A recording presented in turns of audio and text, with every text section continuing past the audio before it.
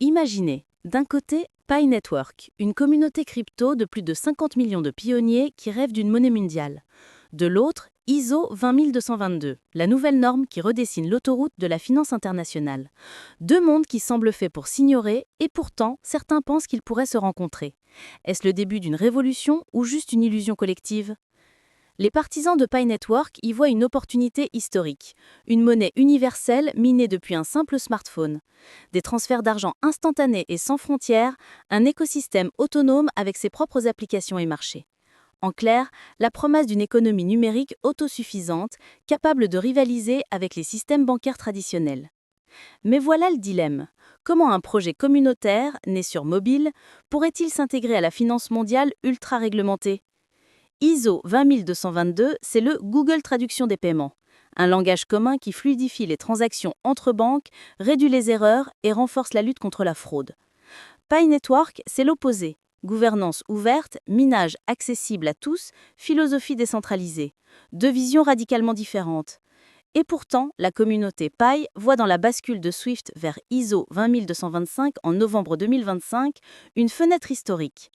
La réalité, elle, est plus contrastée. Le prix du Pi a connu un effondrement de 90% après son lancement, plombé par la libération massive de jetons. 96% de l'offre est concentrée dans les mains de 100 portefeuilles, un risque énorme pour la stabilité. Mais malgré ces secousses, le projet avance. Mainnet public, outils pour développeurs, applications en gestation. 2025 devient donc un carrefour décisif. D'un côté, la finance mondiale qui se modernise avec ISO 20222, de l'autre, Pi Network qui tente de prouver qu'une communauté peut bâtir une monnaie mondiale. La grande question reste entière. Pont ou collision ? Personne n'a la réponse, mais une chose est sûre, l'histoire qui s'écrit aujourd'hui pourrait bien redéfinir la frontière entre la finance traditionnelle et crypto-communautaire. Si vous voulez plus d'analyses crypto comme celle-ci, directe et sans détour, pensez à vous abonner et à activer les notifications pour ne rien manquer.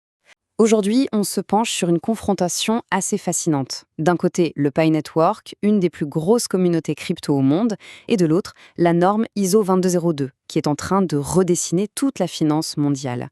Alors, est-ce qu'on est à l'aube d'une nouvelle ère ou est-ce que c'est juste un rêve un peu fou ?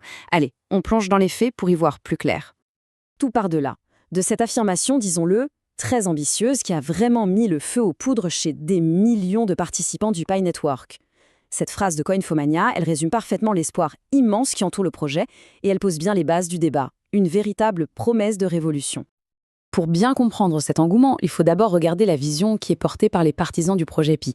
Et vous allez voir, ça ne manque pas l'ambition. Le gros point fort du Pi Network, c'est avant tout sa communauté.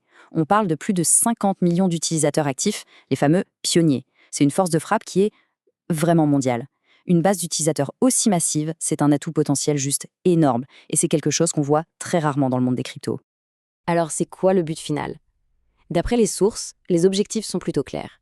L'idée, c'est de faire de Pi une vraie monnaie mondiale, de rendre les transferts d'argent entre pays super simples et de construire tout un écosystème autonome avec ses propres applications, son propre marché, bref, une économie numérique qui se suffit à elle-même. On en arrive donc à la question qui tue. Qu'est-ce qui pourrait bien permettre à un projet communautaire de faire ce fameux saut colossal dans la finance bien établie ? La réponse qui revient sans cesse dans la communauté Pi, elle tient en un sigle, une norme technique très précise, l'ISO 2022.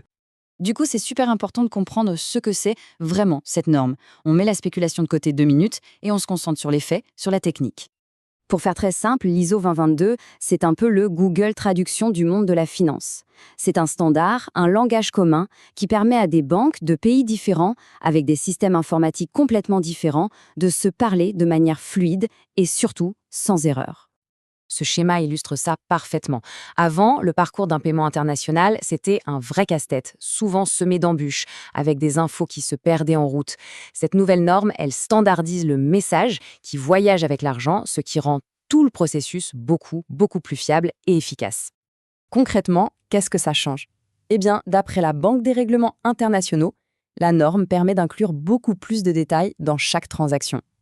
Ça facilite énormément les contrôles antifraude, ça réduit les erreurs, et au final, ça accélère les paiements tout en faisant baisser les coûts. C'est tout simplement une modernisation de l'autoroute de la finance mondiale. D'accord. Donc, la norme ISO 20022, c'est du solide, c'est une vraie avancée, mais pour que le Pi Network puisse se brancher là-dessus, il faut aussi regarder la situation du jeton Pi lui-même.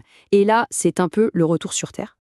Dans cette partie, on va s'appuyer sur une analyse de marché pour regarder les chiffres, les données brutes et voir ce qui se passe vraiment.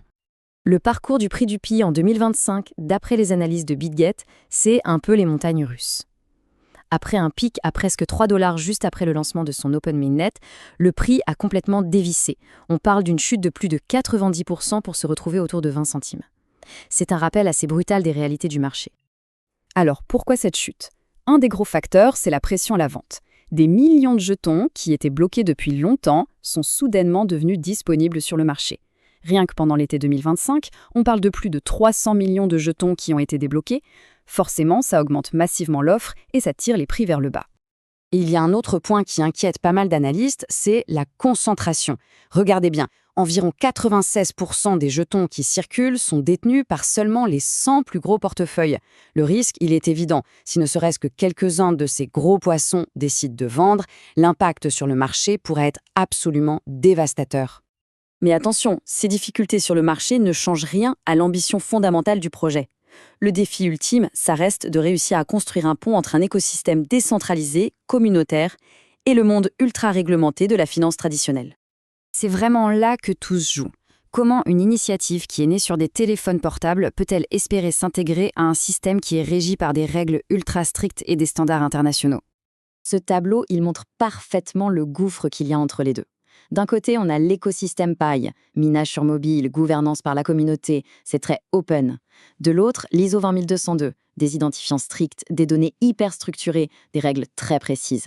Ce sont deux philosophies radicalement opposées.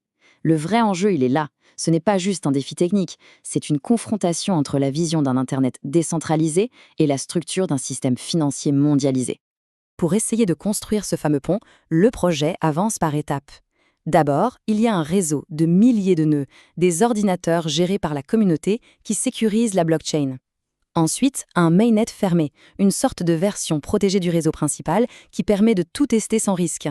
Et enfin, des outils pour que les développeurs puissent créer de vraies applications avec une utilité concrète. Et tout ça, ça nous amène à une année qui s'annonce comme un vrai carrefour, 2025. C'est un moment absolument décisif où plusieurs événements clés vont se télescoper. Alors, voici le calendrier. Début 2025, le Pi Network a rendu sa blockchain publique. Ensuite, il y a cette date, le 22 novembre 2025. C'est le jour où le système Swift termine sa transition vers l'ISO 2022. La communauté Pi voit cette date comme un moment crucial. Par contre, il faut noter que du côté des régulateurs officiels, l'objectif pour que tout le monde soit vraiment aligné, c'est plutôt fin 2027. Face à ce calendrier complexe et à toute cette incertitude, le mot d'ordre qui revient souvent, c'est la patience.